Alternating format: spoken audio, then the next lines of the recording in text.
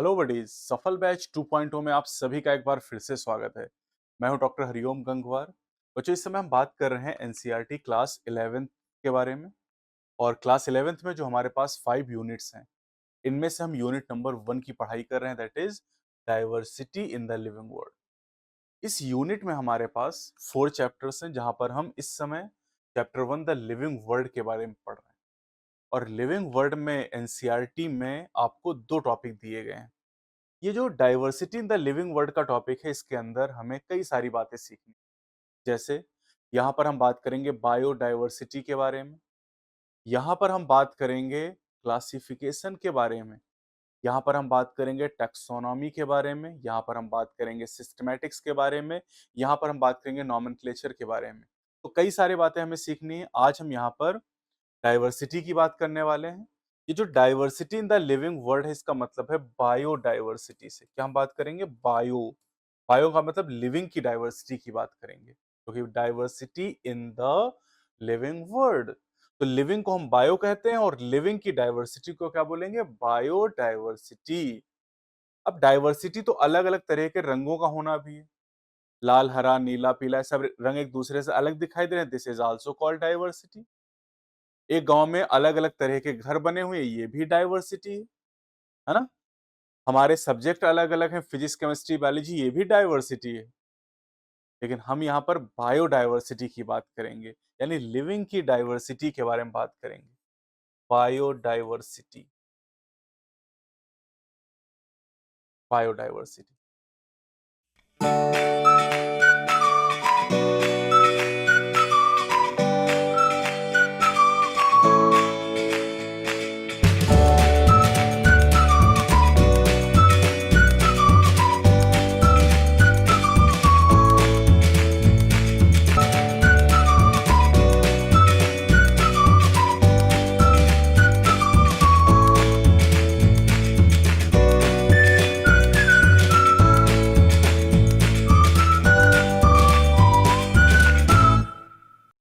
तो हमारे सराउंडिंग में बहुत सारे प्लांट और एनिमल आपको दिखाई देते हैं।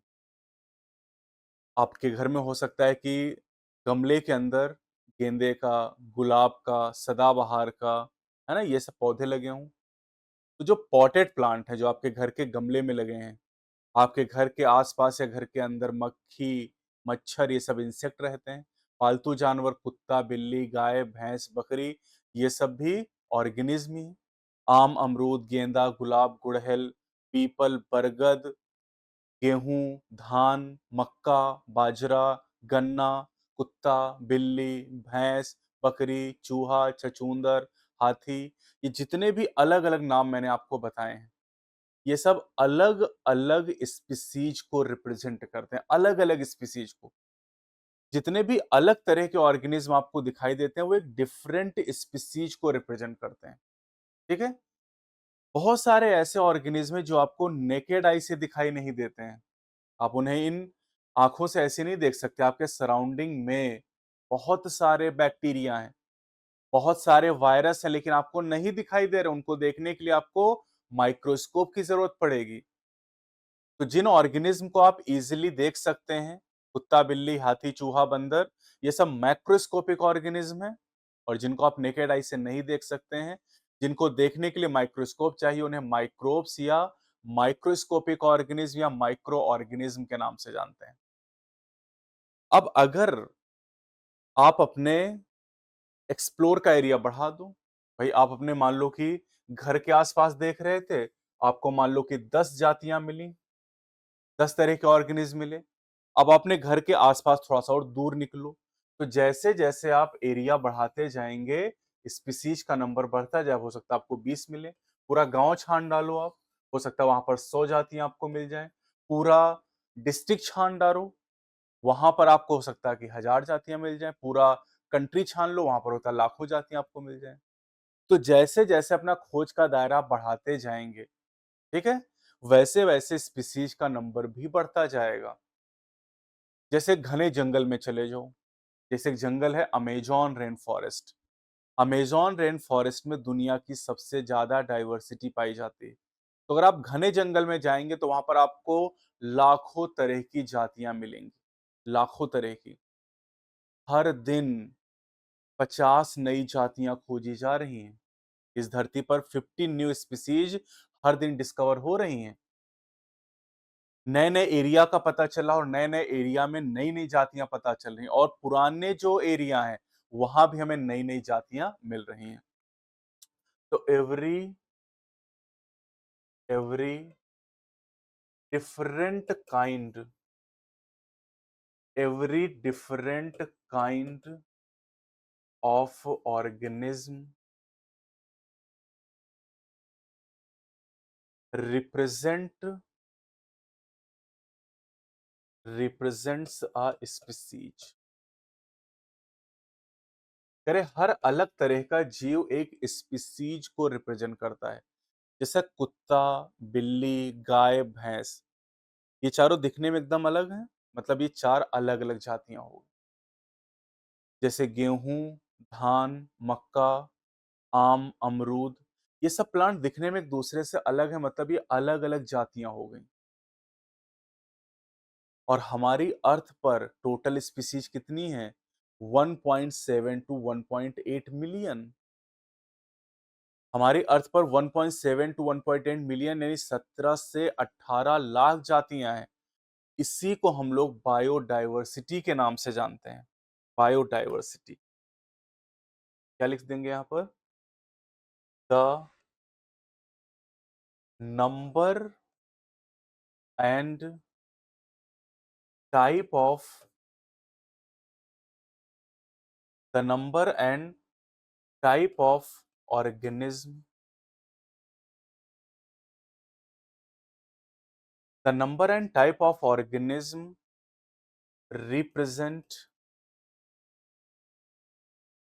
Represent biodiversity.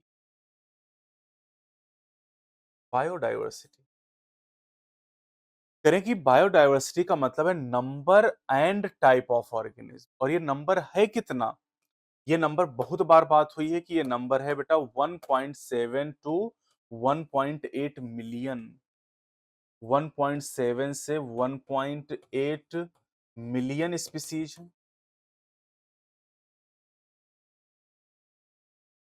यानी 17 से लेकर 18 लाख, 17 से 18 लाख जातियां हमारी धरती पर हैं, और यही हमारी अर्थ की बायोडायवर्सिटी है। तो बायोडायवर्सिटी का मतलब है number and type of organism present on earth, या आप कह सकते हैं कि total number of species present on earth is named as biodiversity. Total number of species कितने? 1.7 टू 1.8 मिलियन, ये भी बायोडायवर्सिटी। ठीक है, तो बायोडायवर्सिटी का मतलब है कि टोटल नंबर ऑफ स्पीसीज अर्थ पर कितनी मौजूद है। अब क्योंकि लाखों जातियां धरती पर हैं, अब लाखों जातियां अगर हैं और इन जातियों के अलग-अलग देशों में, अलग-अलग भाषाओं में, अलग-अलग एरिया में अलग-अलग नाम हैं, तो इससे बड़ा कन्फ्यूजन क्रिएट हो रहा है। इससे बड़ा कन्फ्यूजन क्रिएट हो रहा है। जैसे एक छोटा सा एग्जांपल लेते हैं यहाँ पर, मतलब हम लोग यहाँ पर अब पढ़ने जा रहे हैं नॉमेनक्लेचर, नामकरण। जैसे आप पैदा हुए थे, आपका नाम रखा गया था, वैसे ही हम लोग ऑर्गेनिज्म का नॉमेनक्लेचर करते हैं। तो नॉमेनक्लेचर का मतलब होता है द प्रोसेस ऑफ नेमिंग। नाम रखने का जो तरीका, उसी को हम लोग नॉमेनक्लेचर कहते हैं, द प्रोसेस ऑफ नेमिंग। अब जैसे हम लोग के नाम ऐसे रैंडमली रख दिए जाते हैं। पंडित जी ने बताया कि भैया इस अक्षर से नाम रख दो, तो उसी अक्षर से नाम रख दिया गया। हाँ, हमारे कुछ नाम ऐसे रखे गए, जैसे मान लो कोई बच्चा है और वो पैदा हुआ, अब गोल-मटोल सा था, तो उसका नाम गोलू रख दिया गया। कोई बच्चा है तुम्हारे जैसा, कल्लू रहा, तो उसका नाम कल्लुआ रख दिया गया, कालिया रख दिया गया। कोई बच्चा मेरे जैसे स्मार्ट हुआ, तो उसका नाम भूरे रख दिया गया। तो इस तरीके से नाम रख दिए गए। तो नाम रखने का जो भी तरीका, उसी को हम क्या कहते हैं? नॉमेनक्लेचर। अब ये नॉमेनक्लेचर 2 तरह का होता है। 2 तरह के नाम होते हैं। एक लोकल नेम होता है और दूसरा साइंटिफिक नेम होता है ना? नॉमेनक्लेचर में नाम 2 तरीके के होते हैं। एक होता है लोकल नेम, लोकल नेम्स, या इन्हें कहते हैं कॉमन नेम्स। लोकल नेम या कॉमन नेम्स। ये ऐसे नाम होते हैं जो समय-समय पर, जगह बदलने पर बदल जाते हैं। फॉर एग्ज़ाम्पल एक छोटा-सा एग्ज़ाम्पल लेते हैं। जैसे मान लेते हैं यहाँ पर हम लेते हैं चाइना रोज़ का एग्ज़ाम्पल। चाइना रोज़ नाम तो सबने सुना है ना? China rose. अब देखो, चाइना रोज़ एक प्लांट है। अब इस प्लांट को देखो हम किस-किस नाम से जानते हैं। अगर हम बात करें इंग्लिश में तो इंग्लिश में इसे कहा जाता है शू फ्लावर। शू फ्लावर, जूता फूल, ठीक है? शू फ्लावर।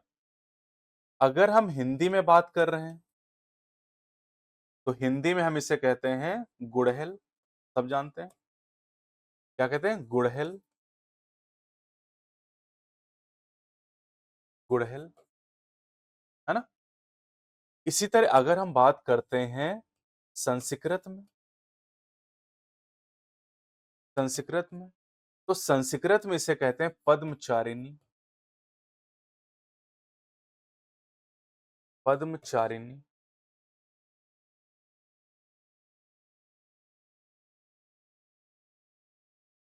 पद्मचारिणी। आप देखिए एक ही प्लांट है और उस प्लांट का अलग-अलग लैंग्वेज में नाम बदल रहा है। अब जो इंग्लैंड का रहने वाला होगा ना, वो तो शू फ्लावर जानेगा ना। उससे हम कहेंगे भैया गुड़हल तो नहीं समझ पाएगा। और हमारे देश में कोई नॉर्मल पर्सन है जो अंग्रेजी नहीं पढ़ा है, वो गुड़हल जानता है। कोई अंग्रेज आके उससे कहेगा शू फ्लावर तो नहीं समझ पाएगा ना। मतलब कम्युनिकेशन में काफ़ी तकलीफ होगी। तो कॉमन नेम या लोकल नेम जो होते हैं बेटा, ये लैंग्वेज बदलने पर, प्लेस बदलने पर, टाइम बदलने पर बदल जाते हैं। जैसे आप पैदा हुए, घर वालों ने बड़ा प्यार से आपका नाम रखा कल्लू। अब कल्लू जब बड़े हुए, उनकी दोस्ती हुई तो दोस्तों ने उनका नाम कर दिया कलुआ। गाँव में ऐसे ही करते हैं, किसी का नाम चिंटू है तो चिंटुआ, पिंटू है तो पिंटुआ, मिंटू है तो मिंटुआ, भूरे है तो भुरवा। तो आपका नाम कल्लू था बचपन में और आपके दोस्तों ने आपका नाम कलुआ कर दिया, ठीक है? अब यानी आपका नाम देखो आप बड़े हुए, समय बदला और आपका नाम बदल गया। फिर आपके कुछ खास दोस्त बन गए, उन्होंने आपका नाम कलुआ से कालिया रख दिया। तो कल्लू से कलुआ हुए, कलुआ से कालिया बन गए। फिर और बड़े हुए, कॉलेज-वॉलेज गए तो कॉलेज में कोई मिला आपको और उसने आपका नाम बाबू रख दिया, सोना रख दिया। तो अब देखो आपका नाम बदलता जा रहा है। कल्लू, है ना? कलुआ, कालिया, बाबू, सोना, खाना खाया कि नहीं खाया। तो अब समय बदलने पर, जगह बदलने पर आपका नाम बदल रहा है, ये सब कॉमन नेम आपके हैं। लेकिन आधार में आपका नाम आधार में आपकी हाई स्कूल की मार्कशीट में एक नाम रखा गया आपका। आपका घर का नाम तो कल्लू था, लेकिन स्कूल में आपका नाम लिखाया गया रूप कुमार। अब रूप कुमार नाम आपकी मार्कशीट पे आ गया, यही नाम आधार पे चला गया, अब ये नहीं बदलेगा। अब आपका चाहे पासपोर्ट बनना हो, चाहे ड्राइविंग लाइसेंस बनना हो, चाहे आधार बनना हो, चाहे पैन कार्ड बनना हो, अब हर जगह रूप कुमार नाम यूज़ होगा। भले ही आपके कॉमन नेम बहुत सारे हैं, कल्लू, कालिया, कलिया, करेवा, बाबू, छोना जो भी आपके नाम हैं, लेकिन आपका एक नाम जो दुनिया जानेगी वो है रूप कुमार। तो वैसे ही चाइना रोज के नाम तो बहुत सारे हैं। ये सब जितने भी नाम मैंने बताए हैं, सूफलार, गुड़हल, पद्मचारिणी, ये सब लोकल नेम है। लेकिन इस चाइना रोज का एक ऐसा नाम है जिससे इसको पूरी दुनिया में जाना जाएगा, दैट इज हिबिस्कस रोजा साइनेंसिस। अभी जो हिबिस्कस रोजा साइनेंसिस है, ये साइंटिफिक नेम है और साइंटिफिक नेम ऐसा होता है जो समय बदलने पर, लैंग्वेज बदलने पर, जगह बदलने पर, कंट्री बदलने पर बदलता नहीं है। मतलब आपका जो रूपकुमार नाम है, आपका जो आधार में नाम है, वो वही नाम रहेगा। जैसे मेरा नाम अगर हरिओम है, तो मेरे आधार में, पैन कार्ड में, हर जगह यही नाम चलेगा, मार्कशीट में, ड्राइविंग लाइसेंस डीएल में। तो लोकल नेम जो होते हैं या कॉमन नेम होते हैं, ये कन्फ्यूजन क्रिएट करते हैं। आपके गाँव में कोई गया, गाँव में आप सब सब आपको कलवा के नाम से जानते थे और गाँव में कोई पहुँचा आपके कॉलेज से और कहा भैया रूप कुमार के यहाँ जाना है। अब गाँव में रूप कुमार कोई जानता ही नहीं कि रूप कुमार कौन है। कि गाँव में तो आपको किस नाम से जानते हैं? कलुआ के नाम से जानते हैं। तो इससे कन्फ्यूज़न क्रिएट हो गया कि अरे भाई रूप कुमार हमारे गाँव में तो है ही नहीं। ये इतना रूप का कुमार कौन-सा हो गया? हमारे सब कल्लू हैं। तो अब इससे ये एक नाम कन्फ्यूज़न क्रिएट करते हैं। ये नाम समय बदलने पर, जगह बदलने पर, लैंग्वेज बदलने पर बदल जाते हैं और ऐसा ही लिविंग के साथ भी होता है, उनमें भी यही कंडीशन। तो फिर साइंटिस्ट ने सोचा कि कोई ना कोई ऐसा तरीका बनाया जाए, जिससे अलग-अलग कंट्री के अलग-अलग लैंग्वेज के लोग आपस में कम्युनिकेट कर पाएँ, एक-दूसरे की बात को समझ पाएँ। उन्होंने कहा कि एक ऐसा नाम होना चाहिए जो नाम हर दुनिया में मतलब हर देश में दुनिया के जाना जाए और लैंग्वेज बदलने पर या कंट्री बदलने पर या समय बदलने पर चेंज ना हो। ऐसे नाम को कहते हैं साइंटिफिक नेम। तो पहला तो हो गया लोकल नेम, अब दूसरे नाम पे हम लोग चलते हैं। दूसरा नाम है बेटा scientific name. Scientific name, scientific name को बायोलॉजिकल नेम भी कहते हैं। क्या कहते हैं इसे? Biological name. ये वैज्ञानिक नाम है, बायोलॉजिकल नेम, या फिर इन्हें कहते हैं बाइनोमियल नेम। Binomial name. अब जो साइंटिफिक नेम होते हैं बेटा, जैसे चाइना रोज की बात करें, तो चाइना रोज के कॉमन नेम तो कई सारे हैं, लेकिन इसका साइंटिफिक नेम एक ही है।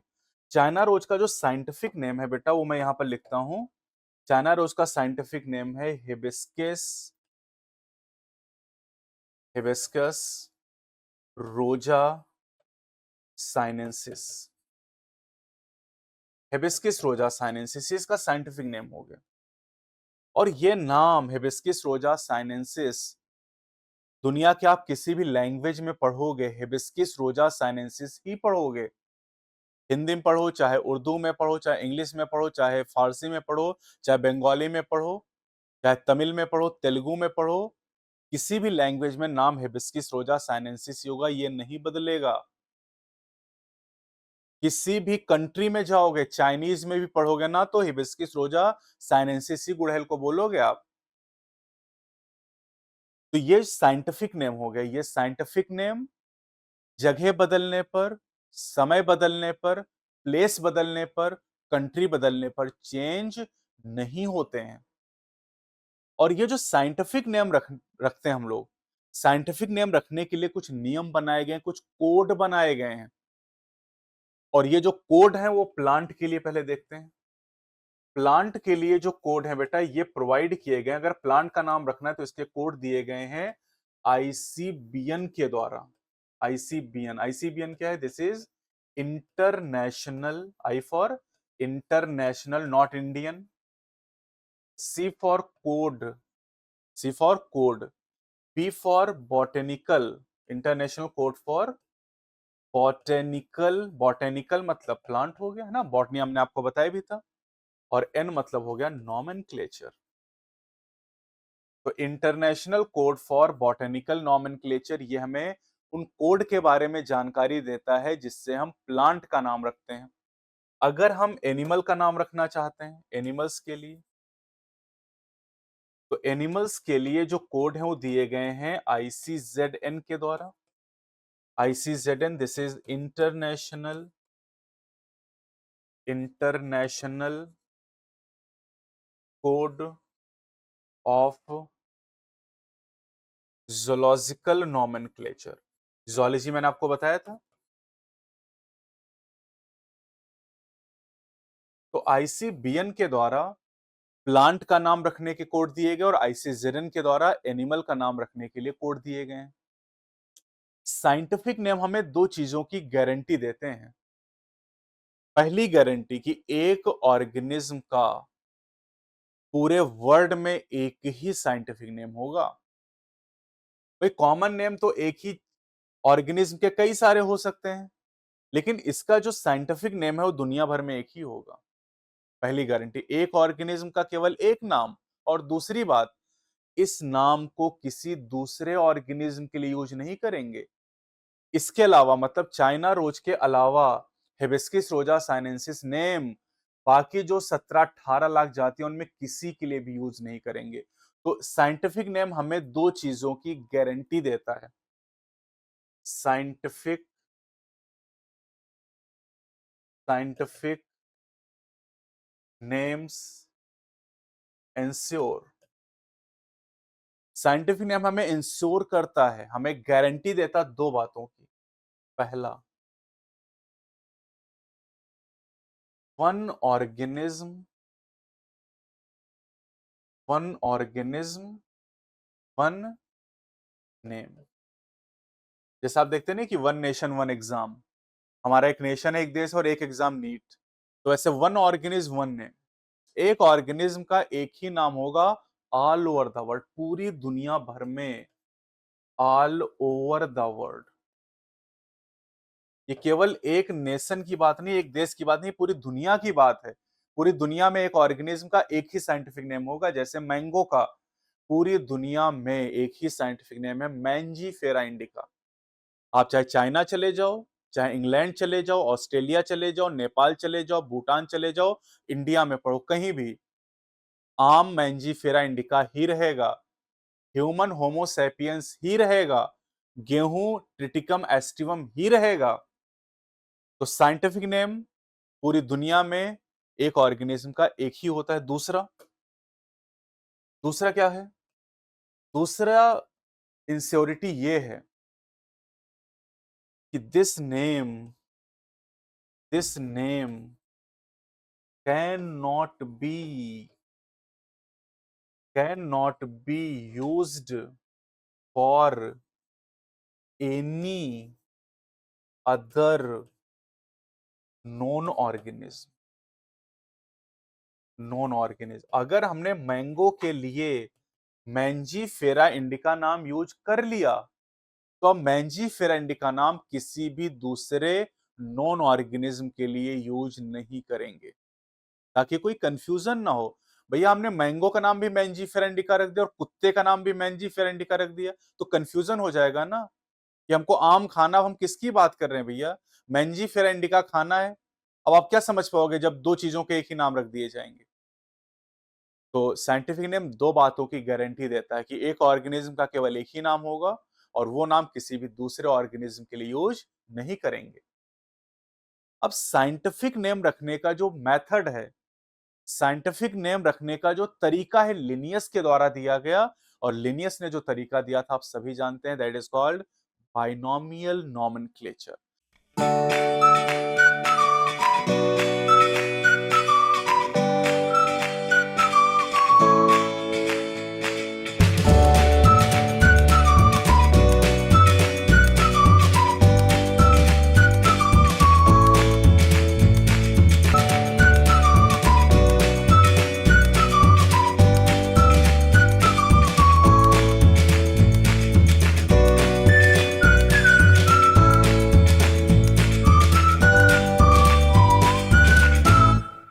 तो बच्चों देखते हैं एनसीईआरटी टू द पॉइंट में कैसे एनसीईआरटी ने इस टॉपिक को मेंशन किया है।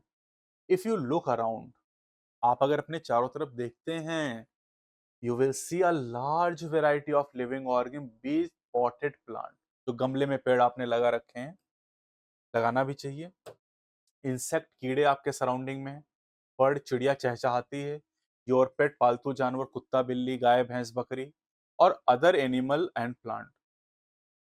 There are also several organisms that you cannot see with your naked eye. इन नंगी आंखों से आप नहीं देख सकते हैं, आपको उसको देखने के लिए माइक्रोस्कोप चाहिए। But they are all around you, लेकिन वो आपके सराउंडिंग में है। बैक्टीरिया, बहुत सारे फंजाई है ना।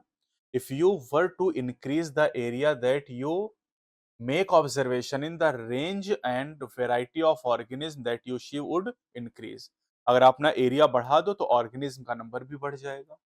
Obviously, if you were to visit a dense forest, you would probably see a much greater number and kind of living organism in it. Each different kind of plant, animal or organism that you see represent a species. The number of species that are known and described range between 1.7 to 1.8 million. This refers to biodiversity, इसी को biodiversity कहते हैं, और the number and type of organism present on earth. We should remember here that as we explore new areas, जैसे जैसे हम नए area खोजते हैं, and even old one और पुराने एरियाज भी, new organism are continuously being identified। हर दिन साइंटिस्ट 50 नई स्पीसीज को खोजते हैं। As stated earlier, जैसे कि पहले बताया जा चुका है, there are millions of plant and animals in the world। We know the plant and animals in our own area by their local names। These local names would vary from place to place. Even within a country, probably you would recognize the confusion that would be created if we did not find ways and means to talk to each other to refer to organisms we are talking about। कह रहे अलग अलग language के लोग अगर आपस में बात करेंगे और उनको पता नहीं है, एक गुड़हल की बात कर रहा है और एक चाइना रोज की बात कर रहा है, लेकिन दोनों एक दूसरे की भाषा समझ नहीं पा रहे हैं, तो कंफ्यूजन क्रिएट होगा। Hence, there is need to standardize the naming of living organism। इसलिए हमें नाम रखने के तरीका का एक स्टैंडर्ड बनाना पड़ेगा। Such that a particular organism is known by the same name all over the world। This process is called nomenclature। Obviously, nomenclature or naming is only possible when the organism is described correctly and we know to what organism the name is attached to। This is identification। भाई नाम रखने के लिए पहचानोगे ना, कुत्ते को देख के पहचानोगे तभी तो उसका नाम कुत्ता रखोगे, कि बिना देखे नाम रख दोगे। In order to facilitate the study, नाम रखने को आसान करने के लिए, पढ़ाई को आसान करने के लिए, नंबर ऑफ साइंटिस्ट, बहुत सारे वैज्ञानिकों ने have establish procedure to assign a scientific name to each known organism. This is acceptable to biologist all over the world. कहीं जो तरीके बनाए गए हैं वो दुनिया के सारे वैज्ञानिक मानते हैं। For plants, scientific names are based on agreed principle and criteria which are provided in International Code for Botanical Nomenclature ICBN। You may ask how are animal named? Animal taxonomists have evolved International Code of Zoological Nomenclature ICZN। The scientific name ensure, guarantee देते हैं that each organism has only one name। Description of any organism should enable the people in any part of the world to arrive at the same name। They also ensure that such a name has not been used for any other non-organism। Biologists follow universally accepted principle to provide scientific name to non-organism। Each name has two components, the generic name and the specific epithet। This system of providing name with two components is called binomial nomenclature। This naming system given by Carolus Linnaeus, बहुत पूछा गया है, is being practiced by biologists all over the world। पूरी दुनिया में तरीका use किया जाता है। This naming system using a two-word format was found convenient। ये बहुत ही आसान है, सुविधाजनक है। Let us take the example of mango to understand the way of providing scientific name better। The scientific name of mango is written as Mangifera indica। अब चूंकि italic नहीं था तो मैंने अंडरलाइन कर दिया। Let us see how it is binomial name. ये binomial name कैसे है ना? In this name Mangifera represent the genus while indica is a particular species और अ स्पेसिफिक एपिथेट। देखिए स्पीसीज लिख दिया है लेकिन स्पेसिफिक एपिथेट ज्यादा बढ़िया वर्ड है क्योंकि मैंजीफेरा इंडिका पूरा स्पीसीज है। Other universal rule of binomial nomenclature are as follows.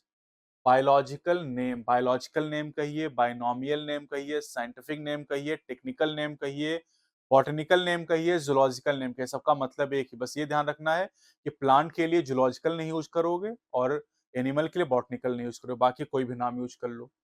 Are generally in Latin and written in italics। They are Latinized or derived from Latin irrespective of their origin। The first word in a biological name represents genus while second component denote the specific epithet। Both the word in a biological name when handwritten are separately underlined or printed in italics to indicate their Latin origin. इस काम के लिए इसको underline करते हैं। The first word denoting the genus start with a capital letter while the specific epithet start with a small letter. It can be illustrated with the example of Mangifera indica. Name of the author appears after the specific epithet, that is at the end of the biological name, and is written in an abbreviated form. Example, Mangifera indica Lin, abbreviated form Linnaeus का है. It indicate that this species, कौन सी species? Mangifera indica. देखिए यहाँ लिखा हुआ है कि this species was first described by Linnaeus. तो ये आपका टॉपिक हो गया बायोडाइवर्सिटी एंड नॉमेनक्लेचर। अब चलते हैं सफल सवालों में। पहले बात करते हैं प्रीवियस ईयर क्वेश्चन।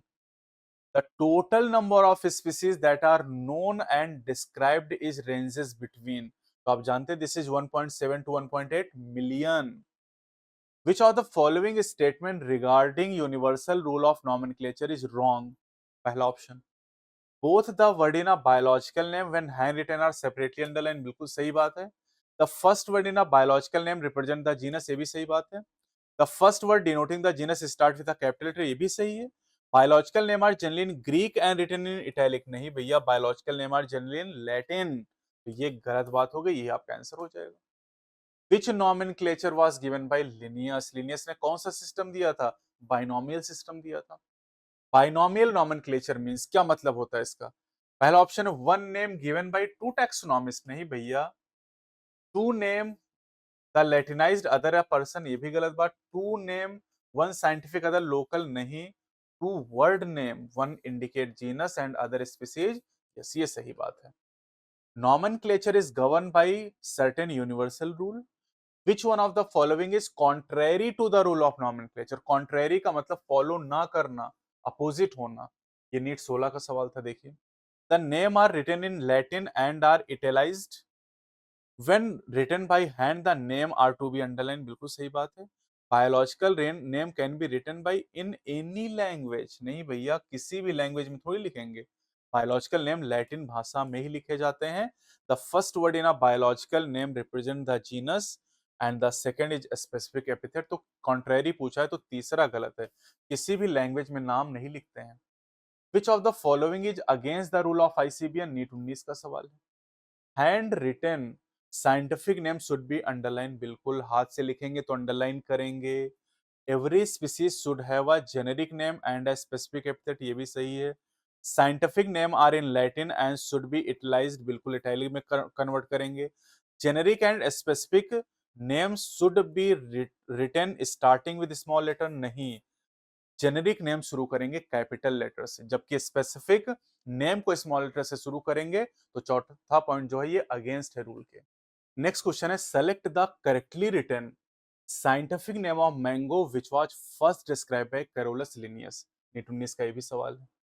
अब यहां पर अगर आप नाम देखें तो देखिए, सेकंड नेम में जेनेरिक नेम और स्पेसिफिक नेम दोनों स्मॉल है, ये तो गलत हो गया। तीसरे में दोनों कैपिटल से लिखें तो ये दोनों तो खत्म हो गए। अब चौथे नाम में मैंजीफेरा इंडिका कार्लिन लिखा हुआ है, तो अब कार्लिन नहीं, मैंजीफेरा इंडिका लिन यहाँ पर, और लिन देखिए यहाँ पर इटैलिक नहीं है, बाकी सारा कुछ इटैलिक में है। तो मैंजीफेरा इंडिका लिन, लिन को सिंपल रोमन टाइप में लिखेंगे। अब चलते हैं सफल सवालों में योर प्रैक्टिस क्वेश्चन पर। In the scientific name of Mangifera indica Linn, देखिए पहला कह रहा है the word Linn signifies Latin language, नहीं, लैटिन लैंग्वेज को थोड़ी बता रहा है। The name is reverse with indica preceding Mangifera, इसका कोई मतलब नहीं है। The word Linn signifies taxonomist Linnaeus, बिल्कुल ये सही बात है, जो लिन है वो टैक्सोनॉमिस लिनियस को बता रहा है। The science of naming the plant is named as, चाहे प्लांट हो एनिमल हो, science of naming is called nomenclature. Binomial nomenclature system of Linnaeus means that every organism has one scientific name with generic name and other with a specific epithet। चौथा option हो जाएगा। Linnaeus is credited for introduction of, तो इनको credit दिया जाता है binomial system of nomenclature के लिए। ICBN स्टैंड फॉर, ICBN का मतलब क्या है? This is the international code for botanical nomenclature. Binomial nomenclature means writing the name of plant और animal in two word which designate. तो दो वर्ड जो होते हैं वो क्या बताते हैं, जीनस एंड स्पीसीज को इंडिकेट करते हैं, वैसे स्पेसिफिक एपिथेट ज्यादा बढ़िया है। Who propose the binomial nomenclature system, खूब पूछा था, कैरोलस लिनियस। तो ये आपका टॉपिक हो गया जहां पर हमने बात किया बायोडायवर्सिटी के बारे में और बाइनोमियल नॉमेनक्लेचर के बारे में। अब इस टॉपिक में जो ये टॉपिक हम पढ़ रहे हैं ना 1.1 diversity in the living world, इसके अंदर अभी हमें पढ़ना है क्लासिफिकेशन के बारे में, टैक्सोनॉमी के बारे में और सिस्टमैटिक्स के बारे में। तो अगले लेक्चर में इनके बारे में डिटेल में हम पढ़ेंगे। इस टॉपिक को आप रिवाइज करिएगा क्योंकि ये नॉमेनक्लेचर, बाइनोमियल नॉमेनक्लेचर बहुत इंपॉर्टेंट टॉपिक है और बहुत छोटा सा टॉपिक है, आसान सा टॉपिक है।